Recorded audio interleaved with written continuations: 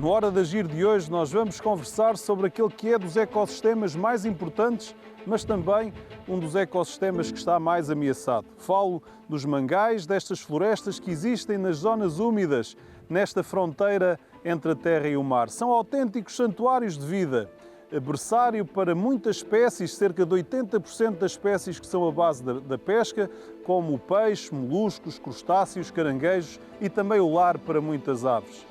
Estas florestas de mangal absorvem 10 vezes mais carbono que uma floresta terrestre e por isso são aliados imprescindíveis na luta para vencermos a crise climática. São também zonas muito importantes, dissipadoras de energia destas tempestades cada vez mais fortes que vêm do mar e cada vez mais constituem um perigo para as comunidades costeiras. Devido a este ritmo louco da civilização industrial, mais de 45% das florestas de mangal foram destruídas devido à expansão urbana, à expansão de terreno para indústrias e também devido à agricultura. Algo que tem que parar, como tem que parar também estes locais que muitas vezes são utilizados para despejo de lixo ou então para desmatamento para que as comunidades possam aceder à lenha. E devido à sua importância, nós temos que mudar. E é por isso que nós vamos fazer sobre este tema mais uma Hora de Agir. Preciso do mar, porque ele me ensina. Não sei se aprendo música ou consciência.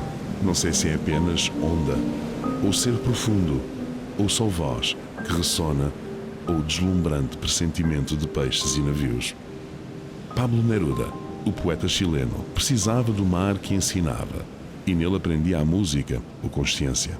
Talvez fosse a música do ruído constante, agitado, comunicativo. Dos flamingos, altamente gregários, que formam parcerias para se defenderem dos predadores ou procurarem alimento entre a vegetação dos mangais.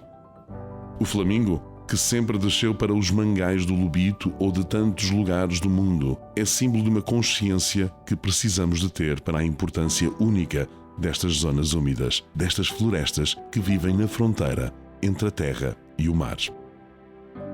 Elas ocupam 150 mil quilómetros quadrados em todo o mundo e são apenas 0,6% da área das florestas tropicais. Estão em 120 países tropicais e subtropicais. A Indonésia é o país com mais mangais no planeta, que representa 1/5 em todo o mundo. O Brasil, que é no mundo o país com mais biodiversidade, é o segundo em área de mangais, também conhecidos por manguezais. Existem mais de 1,5 milhões de hectares ao longo do litoral atlântico. Nos países de língua portuguesa que abraçamos neste Hora de Agir, em Moçambique e Angola, há também extensas áreas que são de importância vital para a sua biodiversidade, para a economia e para as comunidades costeiras. As águas rasas das zonas costeiras deixam entrar a luz que transforma este meio aquático num santuário de vida. Um berçário para peixes, moluscos, crustáceos, algas, caranguejos e no ar, um lar para as aves. Aqui, as águas são naturalmente depuradas e purificadas, criando condições únicas para que a vida prospere. Mais de 80% das espécies com valor económico na pesca dependem de habitats onde estas espécies se reproduzem. Mas é muito mais do que isso. As florestas de mangais são também um dos maiores aliados no combate às alterações climáticas. Uma floresta de mangal absorve 10 vezes mais carbono que uma floresta terrestre. São 1.300 toneladas de dióxido de carbono por hectare todos os anos. Mas protegem também as comunidades costeiras destes novos monstros do mar, que são estes ciclones, cada vez mais fortes e destrutivos. Esta é a hora dos mangais, de os proteger, conservar os que ainda existem e plantar para recuperar os que já perdemos. Esta é a hora dos mangais, que é também a hora da vida.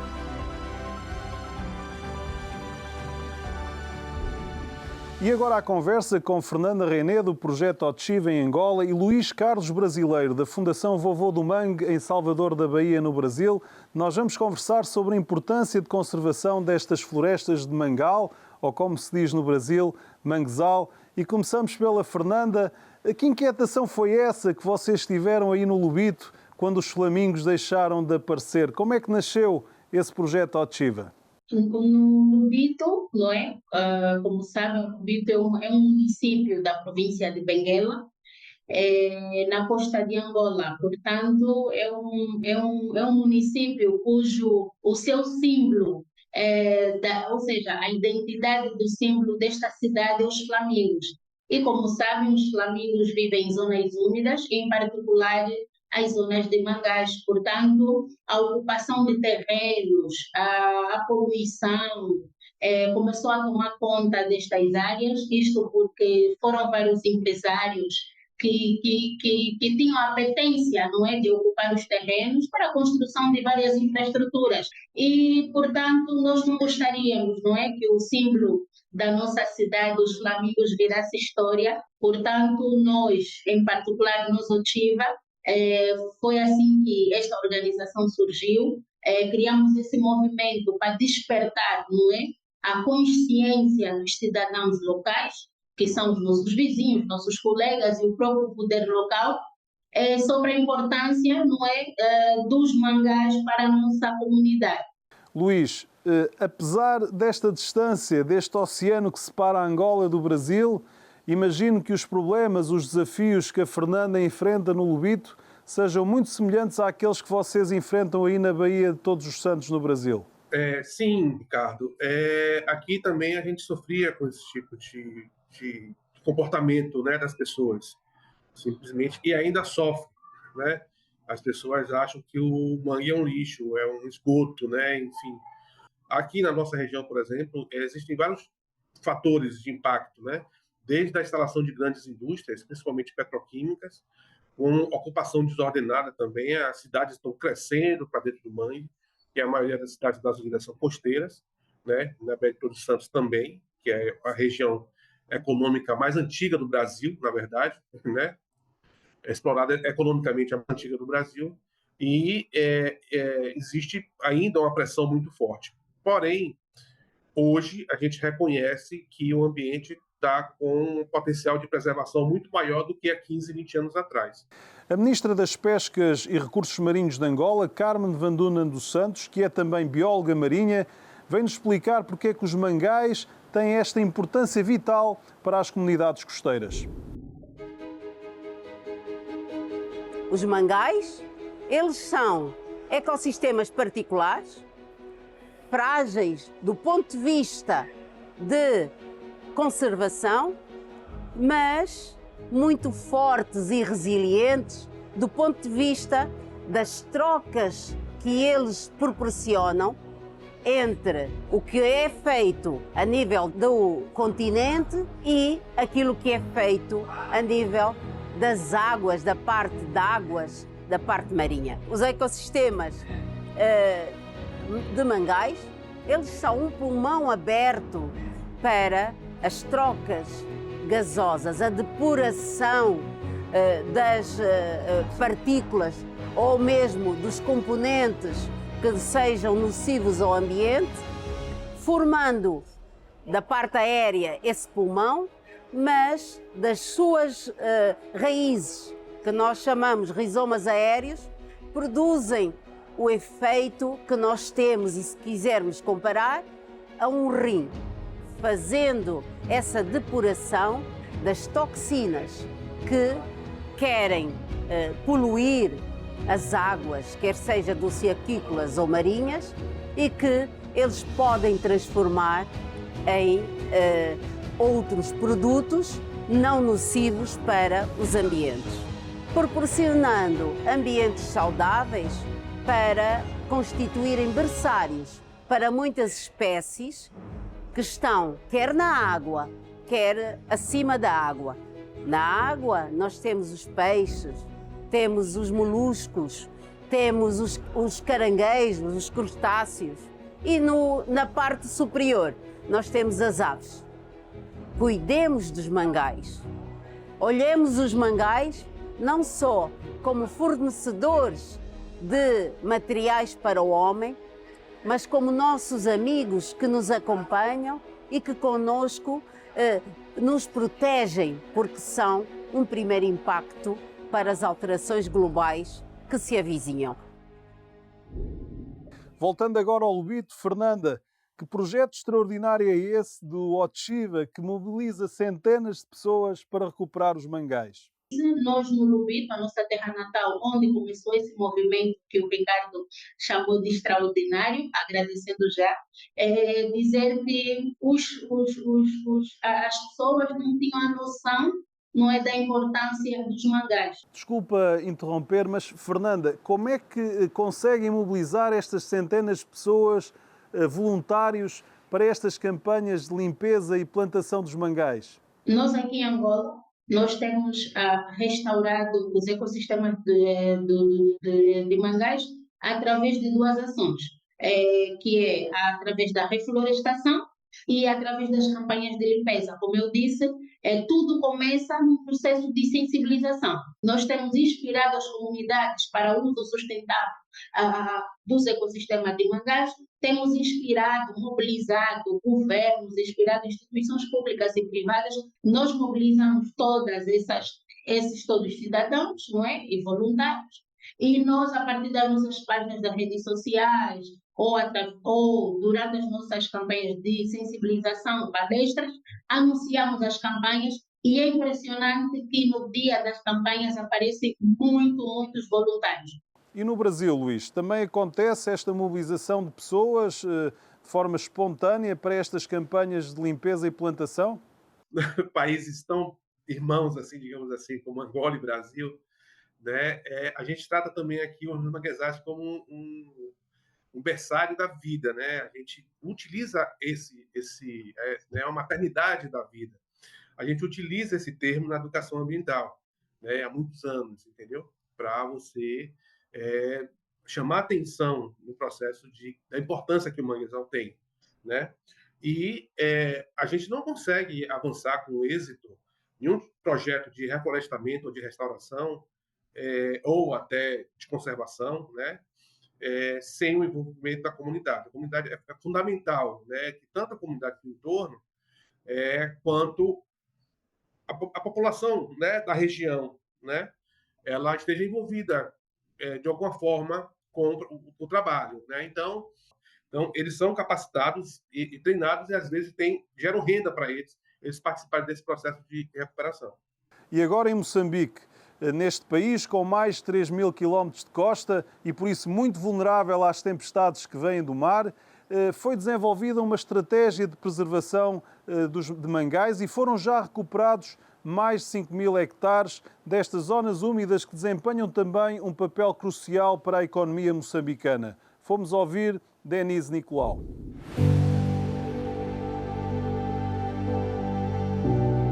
Moçambique tem a terceira maior cobertura de mangal da África, portanto nós temos um papel muito importante no que concerne a ligação entre mangais e outros recursos e pessoas e o clima.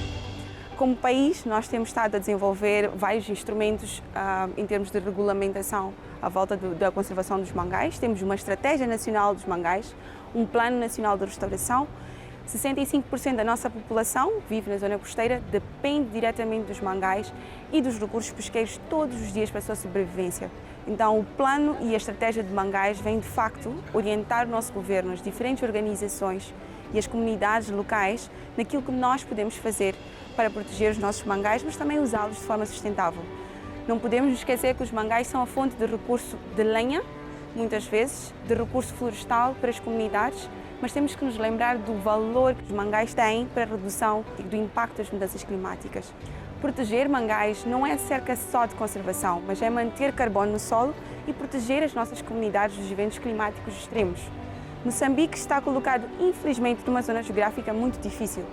Nós temos estado a enfrentar 3 a 4 ciclones ao ano, o que definitivamente coloca o nosso país numa posição extremamente vulnerável.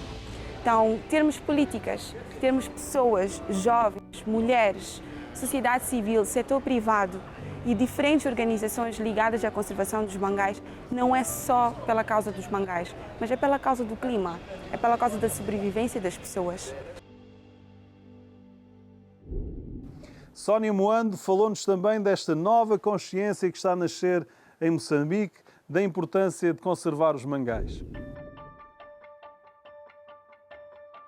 O Moçambique, como país vulnerável aos ventos extremos, os mangais desempenham um papel muito importante na proteção da costa e também no aumento da resiliência climática. Há várias iniciativas de conservação, gestão e restauração do mangal. Moçambique está a trabalhar nisso. Hoje nós temos uma estratégia de gestão do mangal, na qual temos 5 áreas estratégicas com foco para a conservação, restauração e proteção dos ecossistemas. Nos últimos anos, Moçambique implementou um plano de restauração do mangal, no qual foram definidos como meta plantar cerca de 5.000 hectares de área degradada de mangal, e em 2 anos tivemos um sucesso, ultrapassamos esta meta. O mérito dessa restauração é porque foram envolvidos as comunidades locais. Nós temos estado a privilegiar o envolvimento das comunidades locais no plantio do mangal, assim como também no monitoramento destas áreas, que é para evitar que numa área plantamos e noutra área esteja a ser degradado. São Tomé e Príncipe, Moçambique, Timor-Leste, Portugal também tem sapais. Achas possível um projeto de cooperação ao nível da CPLP para recuperar, para reabilitar estas áreas de mangais? E a gente ficaria muito feliz em trabalhar com países, né, irmãos, principalmente de línguas portuguesas, né, e a gente fazer esse trabalho de intercâmbio, né, troca de experiência mesmo. Acho que a gente tem muito a aprender um com o outro. Fernanda, e o projeto Otiva está disponível para colaborar em campanhas de plantação de mangais também em outros países da CPLP? Eu acho que as cooperações, não é, são cruciais para a partilha de conhecimento na conservação dos ecossistemas. Portanto, os ecossistemas, apesar de serem comuns, mas têm especificações diferentes. Portanto, o aprendizado para a conservação é importante. Portanto, nós Otiva tivemos uma experiência em 2022, através do apoio da União Africana, nós conseguimos trazer para Angola, ou levar para Angola, vários países que têm mangás, vários especialistas da União Africana. Portanto, foi uma atividade de grande relevância e principalmente de partilha de experiência, onde Angola pode aproveitar o sucesso, não é, de outros países. Portanto, daqui deixo um desafio para o Ricardo Campos, que conecte os países da CPLP. Para todos os anos celebramos os mangás, o Dia Mundial dos Mangás, que é o dia 26 de julho, para que possamos trocar experiência, não é? Para continuarmos a conservar estes ecossistemas. Já agora, Angola pode ser a primeira a receber este evento e vamos mobilizar apoios, de certeza que o nosso governo irá apoiar. Estas áreas de mangais, mas também os sapais e as pradarias marinhas que nós iremos abordar em próximas horas de Agir, são dos ecossistemas mais importantes e que importa preservar nesta que é a década das Nações Unidas para o restauro dos ecossistemas. Por serem berçários de vida, por capturarem estas grandes quantidades de carbono, por ajudarem a estabilizar as zonas costeiras, mas principalmente por serem um escudo natural para estes eventos extremos, para estas tempestades cada vez mais fortes que vêm do mar. O ciclone Idai, em 2019, foi das tempestades mais destrutivas do hemisfério sul. E esse monstro que veio do mar e que ganhou energia nessas águas quentes do Oceano Índico deixou um rastro de destruição muito forte e, infelizmente, a perda de centenas de vidas. Mas houve uma povoação em Nhangal, na cidade da Beira, uma pequena povoação que nos anos anteriores tinha vindo a cuidar do mangal, sabia da sua importância e ele estava limpo, estava saudável, e no dia do furacão essa floresta de mangal dissipou energia e poupou a vida destas pessoas. Na hora mais negra, a natureza devolveu o cuidado que tinham tido com ela. E é sobre isso que nós estivemos a falar nesta Hora de Agir. De um novo tempo, deste trabalho, destas pessoas que se dedicam à limpeza, conservação e também à plantação destas florestas de mangal, que são aliados para vencermos e estarmos à altura de um tempo de crise climática. Este foi mais um Hora de Agir. Um abraço, amigo, e já sabe, nós temos encontro marcado na próxima semana. Até lá!